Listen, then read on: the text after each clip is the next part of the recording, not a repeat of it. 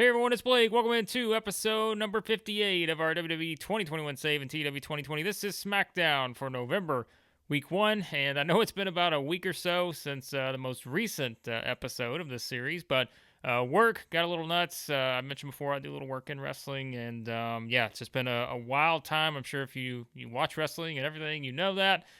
Just a lot going on, so I've had quite a bit to do work-wise, so I was trying to figure out a way. I was like, can I do one of those, like a YouTube short or something to keep you guys updated? I've been working on this episode now for a couple days to try to get it put together. So, but we are back, and SmackDown. This is the fallout from No Mercy. Again, I know it's been, No Mercy was, probably 2 weeks ago now.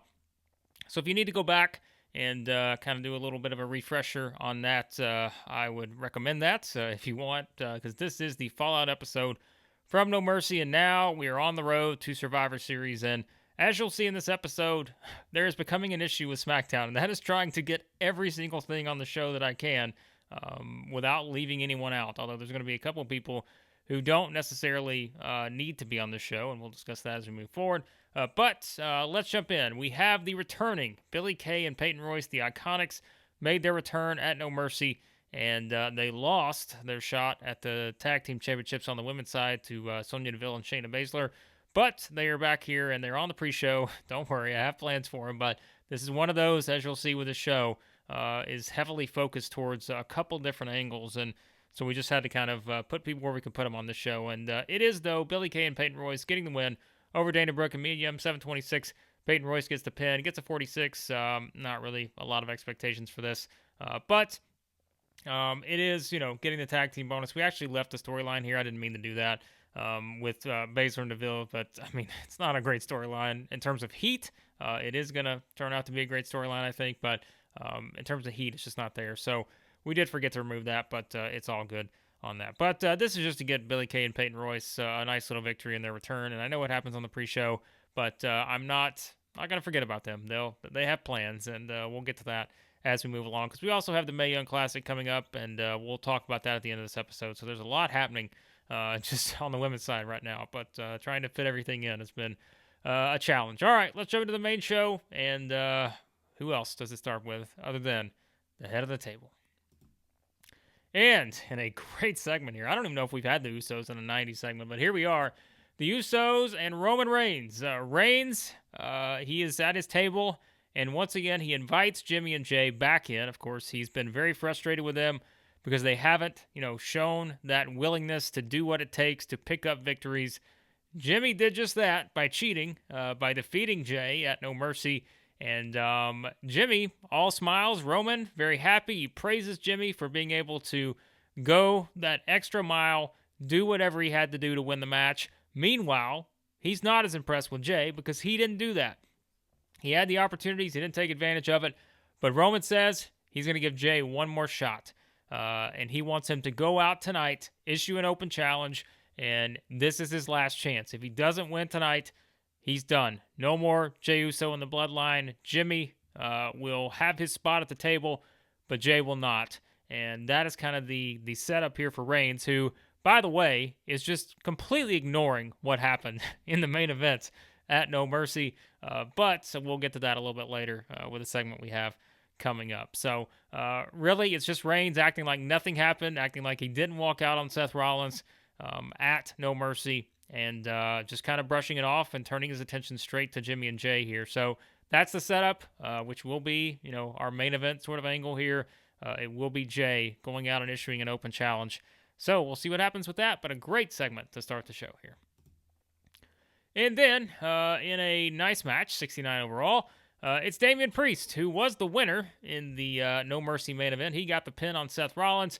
Priest comes out, all, smiles. Everyone loving Damian Priest right now. He gets a win over Jinder Mahal, 9:57. Off his game here. We've talked about that. His in-ring ability has not exactly matched the growth and popularity, which now, as we looked at in the State of WWE a couple episodes ago, he's really made that push up into the mid-70s.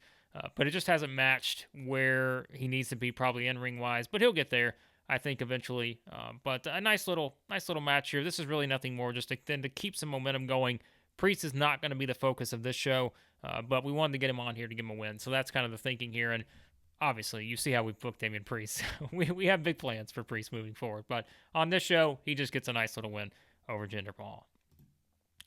And then it is Sami Zayn, and he's with Pat McAfee. I thought this would do better, but it looks like we got the unusual notes of McAfee not doing well without a script. Usually does well in that scenario. Gets a 70 here, but Sami Zayn is backstage, and he is not happy. And Pat McAfee wants to know what is going on. Zayn is pushing another conspiracy theory. He's still got his button on that he beat John Cena. He hasn't changed that yet, but spoiler alert, there could be some changes to come with his button in the coming weeks.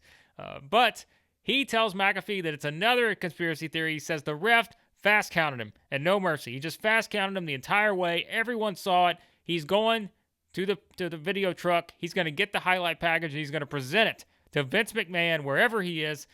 He is going to make his plea that he was screwed out of his match against John Cena. And so Sammy gets ready to walk off, and Pat just says, "Hey, Sammy, I just want to let you know before you walk off, you tapped out. You lost by submission. Cena locked you in the STF." That pisses off Sami Zayn, and he says, "No, I didn't." He's going to the production truck, and so I thought that'd be kind of funny to note. Sammy pushing the ref at a fast count. If you remember, he lost by submission. So that is our kind of fun little spin on Sami Zayn here. But Sammy's not happy. He's got a conspiracy theory on his hands, and let's see what he gets to. We'll have more to come on that in the coming weeks. So, all right, and after that, it is Alexa Bliss. So we got more struggling going off script here, but that's okay. No big deal. Actually, I think I tried to script this, but Alexa wanted to work without it, so we just we didn't script anyone. So there you go. 62 here, but Alexa backstage with her little faction here, and she is frustrated with Dakota Kai, who, as you remember, she's the one that lost in the tag team match to Asuka and Kairi Sane, and she also had the botched interference in the championship match, which cost Alexa Bliss that shot to beat Bianca Belair for the SmackDown Women's title. Alexa just bringing out her not-so-nice side here, and very frustrated with Dakota Kai, and she tells her she does not want her at ringside for her match tonight against Natalya. So Alexa setting it straight here. Meanwhile, Raquel gets to come out with her, but no Dakota Kai coming out the ringside. So we'll see what that leads to. But this probably should have done better, but that's okay with that. And it is Alexa Bliss getting the win over Natalya, 720 with the Twisted Bliss here. 64, that's actually, I don't know, probably a little bit better than I thought it would be. But Natalya, I know there are probably some Natalya fans out there, but I mean, we haven't had a lot of booking plans for it at this point, and I'll just go ahead and tell you, like, as of right now, she's not in the Mae Young Classic, so sorry to disappoint anyone, but we've had a lot of other people we've kind of pushed, but I like having Natalya just because she's going to give you good matches, and I think, she's solid in our game, like in terms of the ratings and everything, so I think we'll still find ways to use her, but right now we just don't have any long-term plans for it. But it's Alexa Bliss getting the win, and of course, it is worth noting she gets the win without Dakota Kai at ringside. So we'll see what that plays into, perhaps, moving forward. All right, and then backstage, it is Samoa Joe, once again, face-to-face with Keith Lee. Joe tells Keith Lee that he did not pin him at No Mercy. It was Lee pinning Shinsuke Nakamura to retain the championship in that triple threat match. And Lee says that, hey, he's waiting anytime. Joe wants to step in the ring with him again. He can do it whenever he wants. But Keith Lee says that he will be ringside tonight to watch Samoa Joe's match, which will be a 6-man tag team match with Samoa Joe involved. So, 65, this is kind of what we expect now whenever these two, and really the IC picture is kind of falling in this range of the 60s. I'm okay with that. Keith Lee doing well with the improvising, so I'm okay with this, and certainly, as you can probably imagine at this point, you probably have a good idea where this is headed, but we're going to continue to play this up with Samoa Joe saying that, hey, he didn't get pinned by Keith Lee, and we'll see what happens moving forward with that. Speaking of that 6-man tag team match, it is Samoa Joe and our new tag team of, we call him Enigma, I think is what we said, Jeff and Ricochet. They get the win over Elias, Otis, and Apollo Crews. Of course, this is another tag team we've put together, Elias and Otis, based on their great chemistry. Samoa Joe getting the pin on Elias using the Muscle Buster here. Ricochet still benefiting from the hot new move.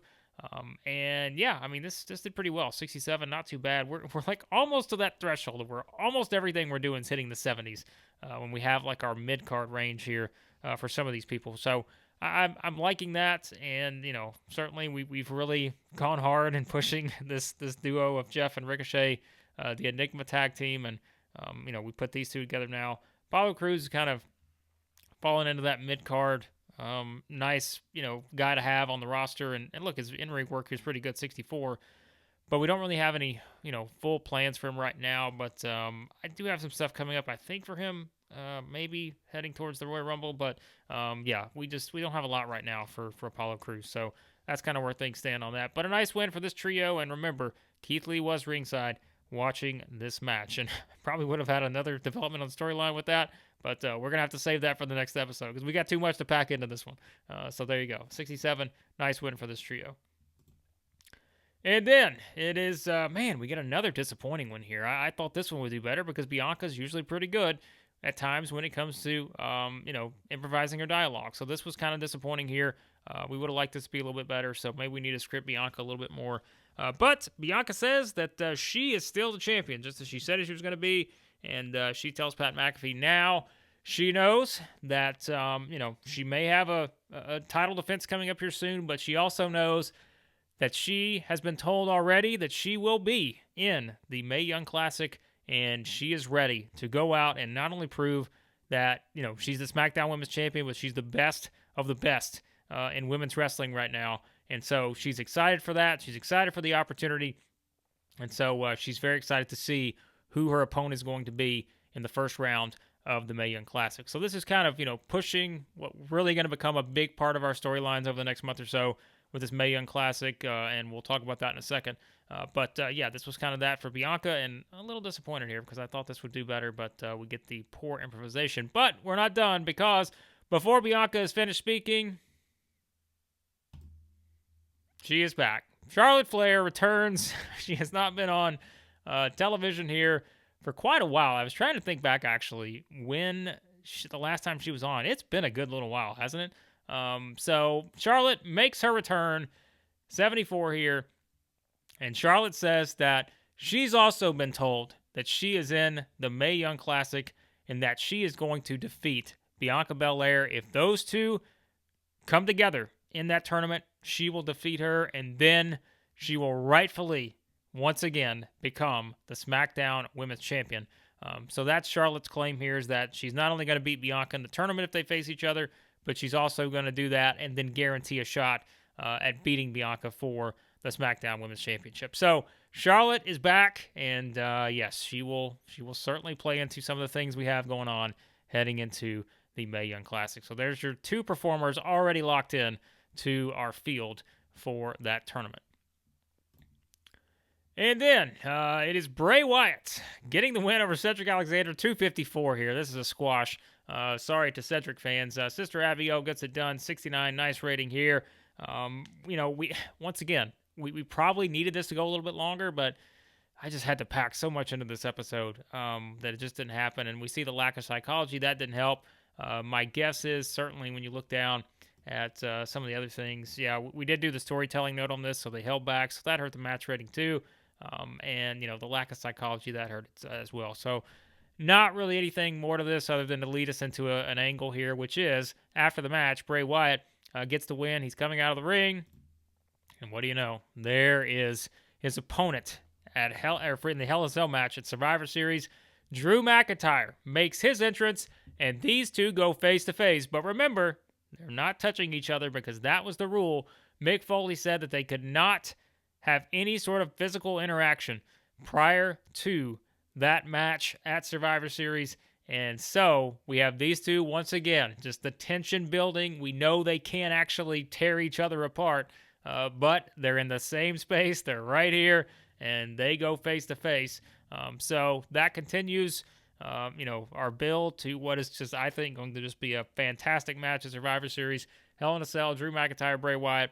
And so we get to sort of face off here, but no interaction because that can't happen until Survivor Series. And then that leads into the next part, which is Drew McIntyre getting his own squash match victory here over Riddick Moss. I thought it'd be nice to kind of, transition those three segments into one another, just based on kind of what we're doing. McIntyre looks great here, 84. Poor Riddick Moss, 28.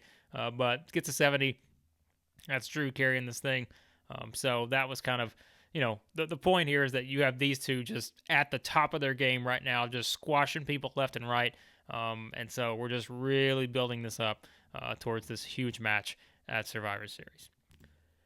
And then it's The Miz, who made his unexpected return at No Mercy and attacked John Cena after his win over Sami Zayn. And Miz says that he came back for one reason, and the reason he came back to SmackDown specifically is because he's so tired of, while he was injured, sitting back and watching John Cena get all these opportunities, whether it was the championship match at SummerSlam, all these chances that John Cena keeps getting. And he says that Cena does not deserve his spot. That spot belongs to The Miz, the guy who beat John Cena in the WrestleMania main event a decade ago. Miz says this is his spot now. It's time for Cena to go away, and that he's the one that deserves all these opportunities. He's the big Hollywood actor. Cena's not. And he says that this is his spot, and he's coming back to take it because he wants Cena to remember that the one person over the years that's had his number is The Miz, because he beat him in the WrestleMania main event, and he has come back to take that spot away from John Cena. So this is The Miz, just kind of playing up his character here about how he is, he's not going to play second fiddle to anyone, and he's certainly not going to play second fiddle to John Cena, who, has been kind of a thorn in his side over the years. So nice promo here from Miz, 83 overall. No Cena here, but obviously we'll have more to come on that. But this was kind of a booking decision also I had to make on the show. It was like, I could have brought Cena out next, but we didn't have enough story. But it plays into actually where we're going with the storyline. So we have some fun stuff playing for these two. I'll say that. So nice stuff here from Miz. And then here comes Jey Uso. He's out. Jimmy Uso along with him for our main events. And Jey says, all right, he's here. Let's have it. Who's going to face me tonight? I'm issuing an open challenge. And so Jay's waiting. He's, a little bit not happy about this because he understands, like, he is sort of at the whim of Roman Reigns right now and doing whatever he says. Maybe not yet, at that breaking point, but he's ready. Nice segment here, 69. Who's going to accept the challenge? And it is Shinsuke Nakamura who comes out, and it is Nakamura accepting the challenge. And meanwhile, as we see this, when Nakamura's music hits, Nakamura comes out, Jimmy looks a little frustrated. Jimmy doesn't look very, thrilled with this idea of Jey going up against Shinsuke Nakamura. What does that mean? We're led to believe that it's because Jimmy doesn't think that Jey can beat Nakamura. So that's kind of what we're playing up here. And obviously, we had announcers calling this. That's what we would try to play up as sort of the story here. But actually, that's pretty well. 73 overall. I don't know what to expect from this match. I think this is certainly going to probably drag down our overall rating in terms of the main event. I don't expect this to be a great match. I think I don't think we've actually done this match before. Maybe we haven't. I'm just forgetting. But I'm going to try to make a prediction here. I think it's probably going to go like mid-60s maybe. Let's see. Hopefully we get higher than that. But I don't know. I think Nakamura's skills and stuff, are kind of declining. We've talked about that. Jay's skills are okay, but like for some reason his matches aren't doing as well as I thought they would do. But we'll see what we get here. And, it didn't do as well as I thought it would. 61. So, we did get him a pretty long match here, and maybe that plays into a little bit. We'll look at the dirt sheet in a second. But it is Jey Uso getting the win over Shinsuke Nakamura, and he does it by using the handful of tights, and I'm not sure why. I thought we put in the note here. Anyways, we're going to put it in ourselves. The handful of tights after interference from Jimmy Uso, and maybe we just forgot to put that note in there. I could have swore I put that note in, but so we're playing up here that perhaps Jey not only needed the handful of tights to get the win, but Jey also needed help from Jimmy Uso to get the win here against Nakamura. So certainly that would play out a little bit better had we put that note in. And I assume I just didn't put it in and didn't save it or something while I was working on the show. I don't know, but that's the story we're trying to tell here is Jey does eventually go to that place where he has to sort of use the tights, but he does it after Jimmy's help. And as you'll see, there's more to that story to come with this, but it's Jimmy getting involved, Jey going to the handful of tights, because remember, he almost has no choice at this point. He has to do whatever he has to do, or else he's out of the bloodline. So Jimmy interferes. That allows Jey to get the advantage, and ultimately get the win here in 17:05. If we look, we did use a slow build on this one because that's Nakamura's thing here. But really, I mean, this really didn't do. I mean, this is fine other than Nakamura's stuff here: inconsistency, declining physical ability. So, I mean, this was about as good as it was going to get. But yeah, we'll take it. Not too bad. But Jey gets the win. As I said, more to come with this storyline. But also more to come with the Usos, because here comes The Rock. The Rock has arrived, and he makes his way to the ring after the match, and it's the Usos leaving, and we sort of get a little stare down between these two as the Usos make their way up the ramp, The Rock making his way down the ramp into the ring. So this is really just a little tease, perhaps, of what could happen between these three at some point. We'll see, but a nice little tease here. I think this is the first time we've actually had something with these three only involved. So, little tease here. 92 overall. I mean, that's fantastic, and it only helps Jey and Jimmy with this. So, The Rock makes his way down to the ring, and then, 96. The Rock he's ready. So, The Rock comes in, big promo. He says that No Mercy was just the start. He got the win with his friend Damian Priest. He really puts over Priest again, and it says that this was just the start for him. This was The Rock making his return, but now it's The Rock coming back for the reason he actually came back for. And The Rock says that his focus is now on Survivor Series, and the only thing he is concerned with is winning the Universal Championship at Survivor Series, defeating Roman Reigns, ending this reign of terror from Roman Reigns. And The Rock says he's going to prove that he has always been at the head of the table, and that will be the case forever. In WWE, outside of WWE, in their family, he doesn't care, because he is back, and he's back to end the reign of Roman Reigns. And so a very confident Rock here, knowing what's on the line, his career, everything at stake. So a pretty passionate promo here from Rock to get a 96, but that's not it. Because we almost got it. 99 overall. Here comes Roman Reigns, who walks down his usual, confident self, and Reigns tells The Rock that the games are over. He's tired. He doesn't care about No Mercy. He doesn't care about walking out on Seth Rollins. He doesn't care that he lost the match technically at No Mercy. It wasn't him. It was Seth Rollins that lost that match, because Roman Reigns is only here for one thing, and that is to end the career of The Rock, and that's exactly what he's going to do at Survivor Series. He doesn't care about anything else. He is going to put a finish to The Rock's career, and that is going to be that, because he is the head of the table, and he will not let anything stop him from becoming, once again, the rightful leader at the head of the table without any mention of The Rock, because his career is going to be over. He's going to be retired, and he will never step into Roman Reigns' ring ever again. So this is sort of both men calling their shot here. The Rock, kind of declaring what he's going to do. Reigns saying that he's going to end The Rock's career.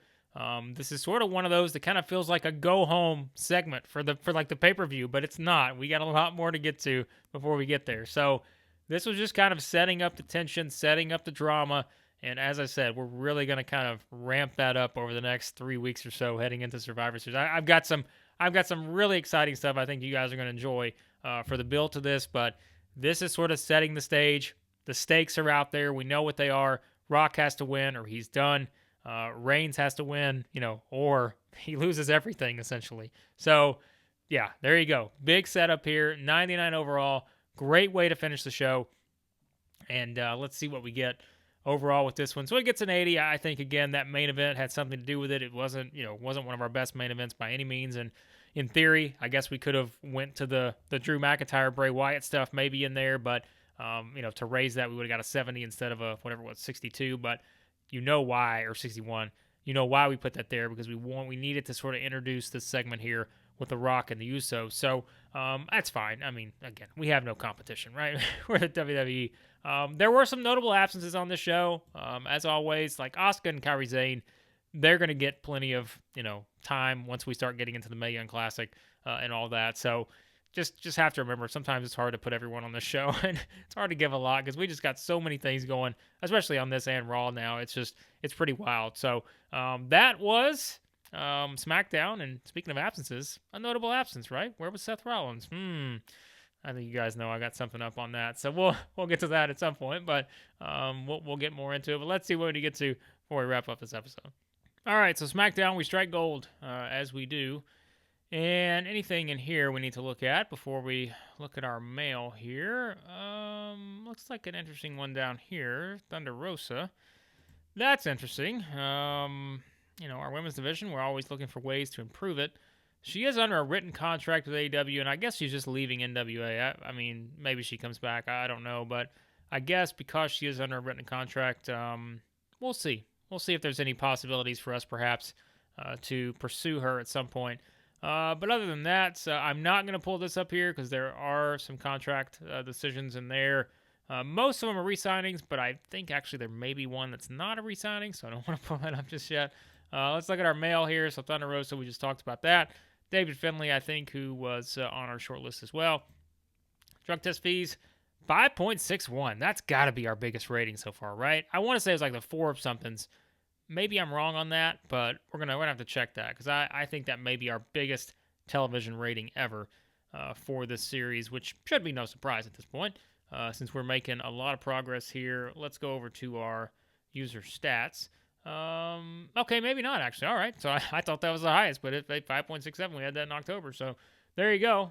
We almost hit that 5 million mark in October, so there you go. But wow, we're up to 47 shows. That's crazy, isn't it? Anyways, so there you go. That was SmackDown, and like I mentioned, we've got a lot coming up on the next episode. Will not be Raw. It will be our special Mae Young Classic announcement with the bracket, and I think that it's going to be, as I've told a couple of you in the comments, my goal is to make this the best women's wrestling tournament ever. I don't know if it's going to be the best one ever, but that's our goal, right? Like we want it to be a fantastic tournament, and it is going to be very star loaded. Like it's not, as I mentioned before, it's not going to be your sort of traditional Mae Young Classic where it's a lot of newcomers or anything like that. It's going to be very focused on, it's sort of Queen of the Ring, but quite frankly, I didn't want to use Queen of the Ring just because of the bad taste that leaves in your mouth based off WWE's actual Queen of the Ring this last year, whatever. So we decided to go this route, but I think still it's kind of fun, and we'll push it certainly in this next video. This will be kind of this will feel like a television episode, although it's not going to be an actual book show.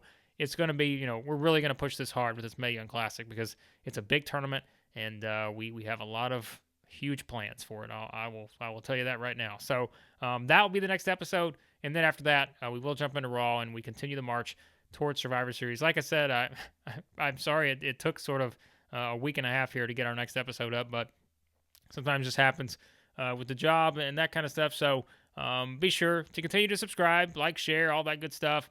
And again, I'll try to maybe do some of those quick YouTube shorts or whatever they are. I think they're like the 1-minute things where I can just say, hey guys, I'm working on this episode. It may, take a couple days, or I know it's been a couple days, whatever, but just kind of keep you guys in the loop. But I appreciate the support as always. And on the next episode, it will be the official reveal of the 2021 Mae Young Classic.